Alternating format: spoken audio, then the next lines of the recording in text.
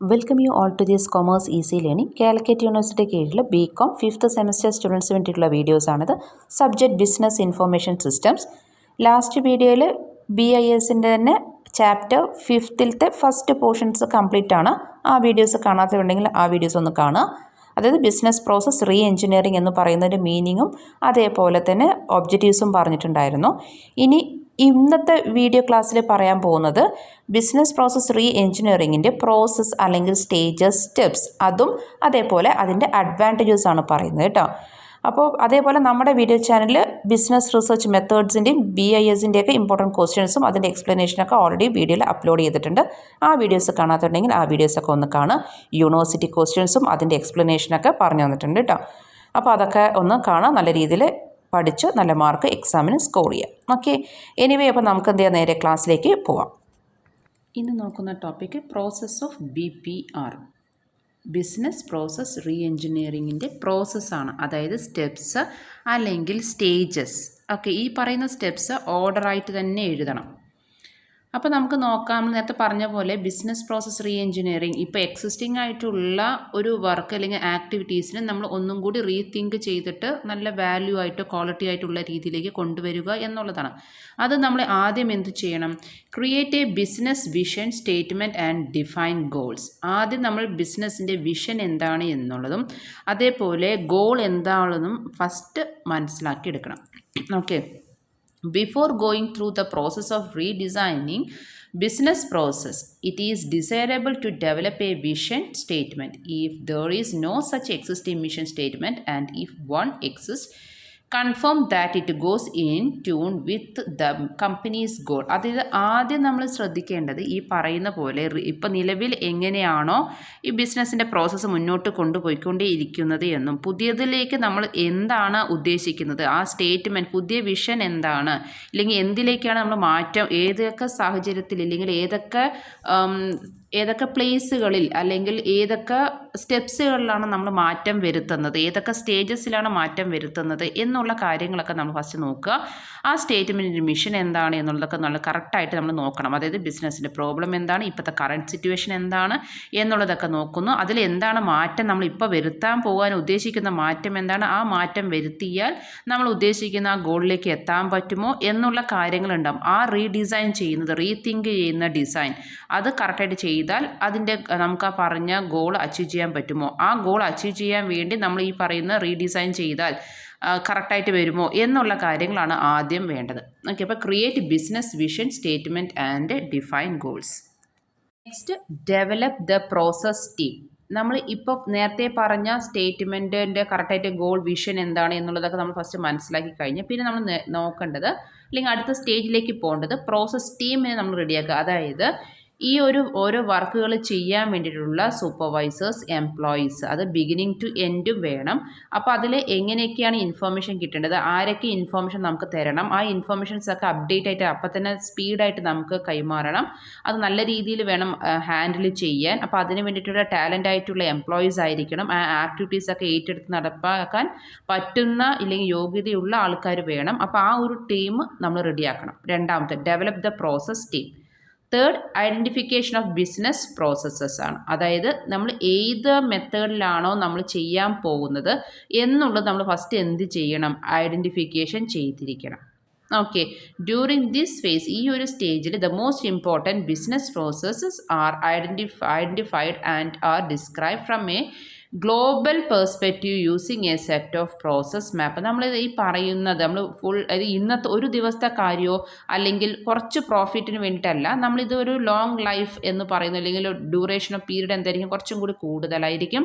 അതിൻ്റെ area cover ചെയ്യുന്നത് കുറച്ചും കൂടി വലിയ പെർസ്പെക്റ്റീവിൽ നമ്മളത് തിങ്ക് ചെയ്യണം. ആ കമ്പനിയുടെ മെയിനായിട്ടുള്ളൊരു ഒബ്ജക്റ്റീവ് അച്ചീവ് കൊണ്ടുപോകാനുള്ളതാണ്.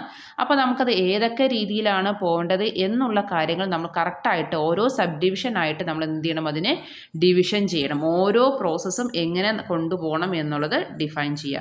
പിന്നെ പറയുന്ന സെലക്ഷൻ ഓഫ് ബിസിനസ് പ്രോസസ്സ് നമ്മൾ പറഞ്ഞില്ല, ഫസ്റ്റ് ഐഡൻറ്റിഫിക്കേഷൻ ചെയ്യുന്നു, ദെൻ അതിനുശേഷം ഏത് മെത്തേഡാണ് നമ്മൾ ചൂസ് ചെയ്യേണ്ടത്, റീ എഞ്ചിനീയറിങ് ഏത് രീതിയിലാണ് ചെയ്യേണ്ടത്, ആ പ്രോബ്ലം എങ്ങനെ അത് സോൾവ് ആക്കും, എഫേർട്ട് എത്രത്തോളം കുറയാൻ സാധിക്കുന്നു, ക്വാളിറ്റി എങ്ങനെ മെയിൻറ്റെയിൻ ചെയ്യാൻ പറ്റും എന്നുള്ള കാര്യങ്ങളാണ് സെലക്ഷൻ ഓഫ് ബിസിനസ് പ്രോസസ്സ് എന്ന് പറയുന്നത്.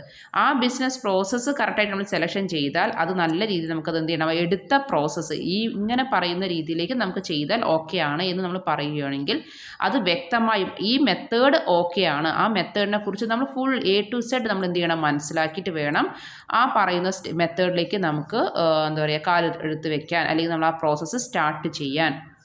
അപ്പോൾ ആ ഒരു ചിലപ്പോൾ ചില മെത്തേഡിലൊക്കെ നമ്മൾ അഡോപ്റ്റ് ചെയ്യാമെന്ന് പറയുമ്പോൾ കുറേ ഇഷ്യൂസ് വരും. ആ ഇഷ്യൂസിനും തരണം ചെയ്തിട്ട് വേണം നമ്മൾ ആ വർക്ക് മുന്നോട്ട് കൊണ്ടുപോകാൻ. അപ്പോൾ അങ്ങനെ അതൊക്കെ തരണം ചെയ്യാൻ പറ്റും, അല്ലെങ്കിൽ ആ പ്രോബ്ലങ്ങളൊക്കെ സോൾവ് ചെയ്യാൻ പറ്റും, അത് നല്ല രീതിയിൽ സ്കോപ്പ് ഉണ്ട് എന്ന് അതൊക്കെ മനസ്സിലാക്കണം. ഈ അണ്ടർസ്റ്റാൻഡിങ് എന്ന് പറയുന്ന രീതിയിൽ ഇതെല്ലാം ഉൾപ്പെടും. ഓക്കെ, അപ്പോൾ സെലക്ഷൻ കഴിഞ്ഞ് കഴിഞ്ഞാൽ അതിന് ആ സെലക്ഷൻ ചെയ്ത പ്രോസസ്സ് നല്ല രീതിയിൽ മനസ്സിലാക്കിയതിന് ശേഷം അടുത്ത സ്റ്റെപ്പ് വരുന്നതാണ് redesign of the selected business process എന്ന് പറയുന്നത്. അതായത് നമ്മളിപ്പോൾ സെലക്ട് ചെയ്ത പ്രോസസ്സിനെ ഒന്നും കൂടി ആലോചിക്കുന്നു, ഇത് ഈ പറഞ്ഞ മെത്തേഡിൽ ഓക്കെ ആണോ, അല്ല നമ്മൾ വീണ്ടും ഈ പറയുന്ന മെത്തേഡിനെ ഒന്നും കൂടി ഡെവലപ്പ് ചെയ്യണോ, റീതിങ്ക് ചെയ്യണോ, റീഡിസൈൻ കുറച്ചും കൂടി ചെയ്ത് കഴിഞ്ഞാൽ, അല്ലെങ്കിൽ വേറെ ഏതെങ്കിലും ടെക്നിക്സും കൂടി നമുക്ക് ഉൾപ്പെടുത്തിയാൽ നമുക്ക് കറക്റ്റായിട്ട് വരുമോ എന്നുള്ളത് നോക്കണം. അത് എങ്ങനെയൊക്കെ നമ്മൾ നോക്കും, ഇപ്പോൾ നമുക്ക് നിലവിലുള്ള ആക്ടിവിറ്റീസ് നമ്മൾ കമ്പാരിസൺ ചെയ്ത് നോക്കുന്നു, ഇല്ലെങ്കിൽ നമുക്ക് ഈ പറയുന്ന എത്ര ആൾക്കാർ നമുക്ക് ഈ വർക്ക് ചെയ്യാൻ പറ്റും, ഇത്ര ആൾക്കാർ മതിയോ, നമുക്ക് ചിലവ് കുറച്ചിട്ട് നല്ല സ്പീഡപ്പായിട്ട് വർക്കും ചെയ്യണം, അപ്പോൾ ആ ഒരു രീതിയിൽ മതിയോ, സോഫ്റ്റ്വെയർസ് അപ്ഡേറ്റ് ചെയ്യണം, അപ്പോൾ അങ്ങനത്തെ കുറേ കാര്യങ്ങളുണ്ട്. അപ്പോൾ ഏത് സോഫ്റ്റ്വെയർ ആണ് അഡോപ്റ്റ് ചെയ്യേണ്ടത്, യൂസ് ചെയ്യേണ്ടത്, ഇപ്പോൾ നിലവിലുള്ള സോഫ്റ്റ്വെയർസിനെ മാറ്റണോ എന്നുള്ളതൊക്കെ നമ്മൾ റീതിങ്ക് ചെയ്യും, അല്ലെങ്കിൽ റീഡിസൈൻ ചെയ്യും. ഓക്കെ, 6th സ്റ്റെപ്പ് എന്ന് പറയുന്നത്. പിന്നെ പറയുന്നത് 7th സ്റ്റെപ്പ് പറയുന്നത് design and build A prototype of the പ്രോസസ്സാണ്. അതായത് ഇപ്പോൾ നമ്മൾ ചെയ്ത ഈ ഒരു റീഡിസൈൻ നമ്മൾ ചെയ്തില്ലേ, വീണ്ടും നമ്മൾ എന്ത് ചെയ്യുന്നു, അതിനെ കുറച്ചും കൂടി നല്ല പ്രോസസ്സിലേക്ക് കൊണ്ടുവരാൻ വേണ്ടിയിട്ട് റീഡിസൈൻ ചെയ്യുന്നു.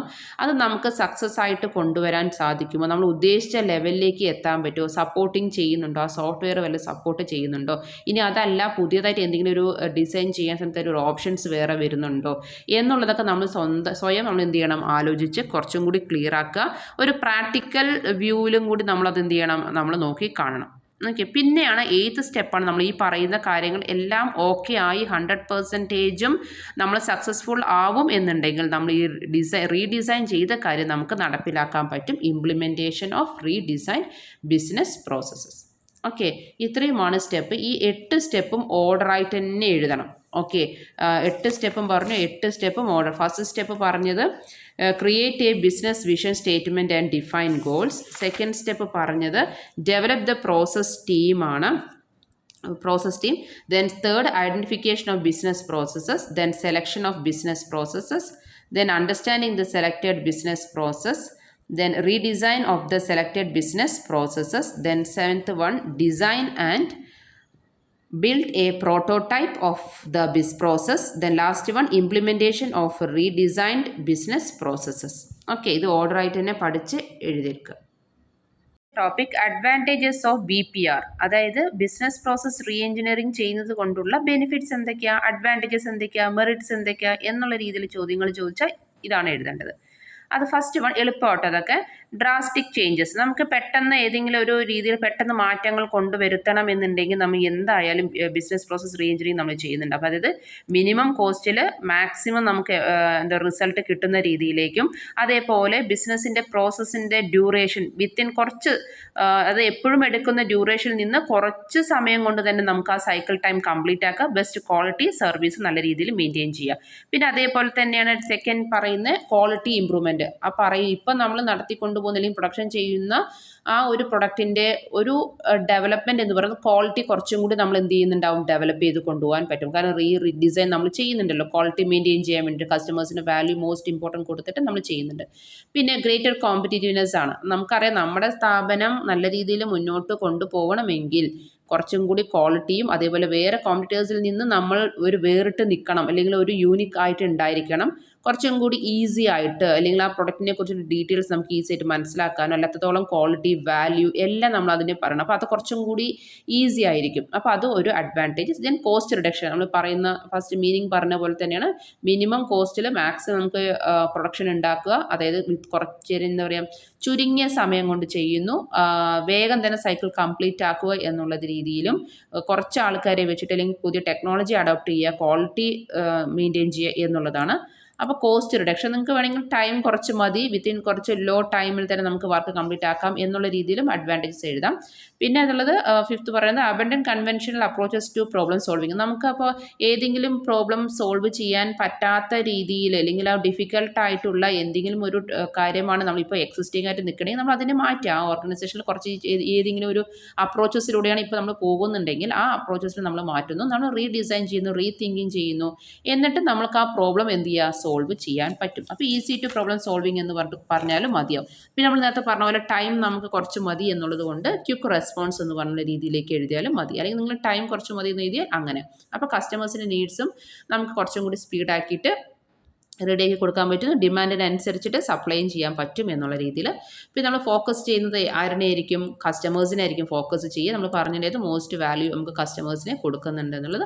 പിന്നെ അതേപോലെ change in the corporate culture, corporate കൾച്ചറിലെ ചേഞ്ചസ് എന്തൊക്കെയുണ്ട് അതും നമ്മൾ കുറച്ചും കൂടി എന്ത് ചെയ്യുന്നു നമ്മൾ നോക്കിക്കാണുന്നു.